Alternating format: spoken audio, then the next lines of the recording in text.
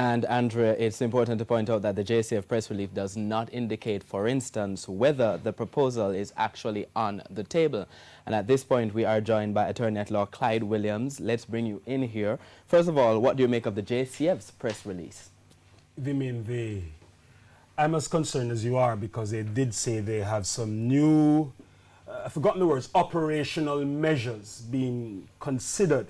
And clearly this is an operational measure, so it is not a retraction in very express, clear terms of what the ACP had said earlier, though it purported to be a retraction.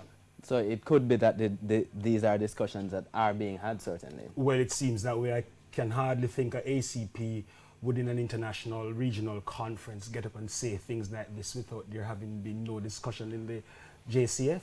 All right, so let's discuss and examine the proposal in detail. First, a general comment about this statement he made. He said, when we leave church, and here he was referring to the fact that to a church service proposed for the first anniversary of Peace Deb, he said, when we leave church, we are going to leave discretion at the altar. What do you make of that statement? Well, I don't, that is just a, I guess he must be saying that you're going 55 in a 50 zone, and the police stop you and you're going 55 in a 50 zone. Police says, be careful, and sends you on your way. Clearly it couldn't be if you're going 75 in a 50 zone. So I don't understand it in any kind of negative sense, because there's always a level of discretion, not outside of the parameters of the law. There is also, for instance, a young man is cursing a few swear words. The police could decide to summon him once, or could decide to warn him and send him along his way. And that if he continues, then he's going to summon him. So there is always that we'd expect as a police officer in a community, especially community policing, to understand. But not to have somebody drive dangerously on a major thoroughfare, 4-lane, I think, 6 lanes at that point, thoroughfare, spin around on a circle, pinpoint. You see, he was making a circle. Pinpoint, spin around on the circle, blocking up in the middle of the thoroughfares, and you pat him on his shoulder. That should have been met with a charge. Let's move on to the second issue. He says, I have a divine revelation. As of September 1, we are going to be setting up customer service centers. What do you think of that proposal? I was wondering what he was talking about. It would be an arrest. I want to be very clear about this. And I'm speaking now to ticketable offenses. I'm not speaking to dangerous driving or reckless driving that could cause an accident, and a police to assess in those circumstances, not knowing the person from before, he had better arrest. Arrest doesn't mean detention. He could be arrested, charged, and gotten station bail and go home. But the police would have somebody coming to verify a JP and so on. So that is a process that the police would engage in for like serious, dangerous driving or reckless driving if it happens on spot and they see.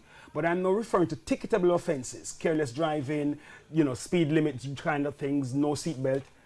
Those offenses, it's very clear. You cannot be arrested for those offenses. They are not arrestable offenses.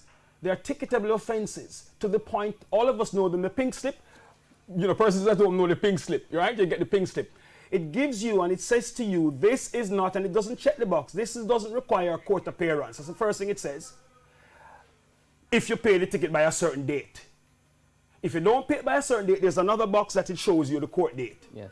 When you get a ticket like that, I'm telling you very clearly, when you get a ticket like that, the police gives you on the spot and sends you along the way. So the police could not do what he suggested? No, constitutionally they could do it, but they will be met with what is called in the circumstances an unlawful detention, an unlawful arrest. Because why are you arresting? Remember now, if we take it logical, he says he will tell you to come along with them to the police officers club, and you take a number, and when they get to whatever number and you have to sit and wait, might have to have a little coffee and tea, whatever he says, it would be an arrest, because you would go out of compulsion, not out of you voluntarily going. So I would advise citizens to do the following. I'm serious about this.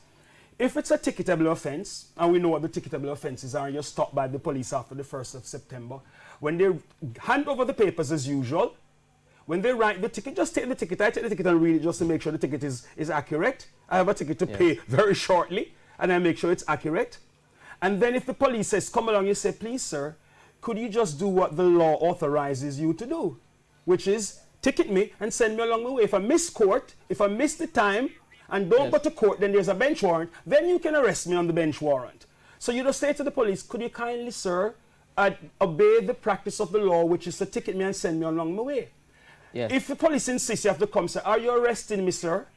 He doesn't have to say, I'm arresting you. Once you are forced to move outside of your own will to go to the police officer's club, he would then have arrested you in the circumstances. And that would be unconstitutional for a ticketable offense under the Road Traffic Act. So certainly more of a clarification needed, much more of a statement, clear statement needed from the Jamaica Constabulary Force, certainly the High Command. Thank you so much, Attorney at Law Clyde Williams. And news just in, ACP Welsh has been reassigned with immediate effect. TVJ News has learned that ACP Kevin Blake will take over as head of P-STEP. So again, an item of breaking news, ACP Welsh reassigned with immediate effect, and TVJ News has learned that ACP Kevin Blake will take over as head of P-STEP. I know we're supposed to be heading to the break, but a quick comment on that development. That's the most appropriate development I've seen for a long time. I thought the commissioner was sleeping. He has restored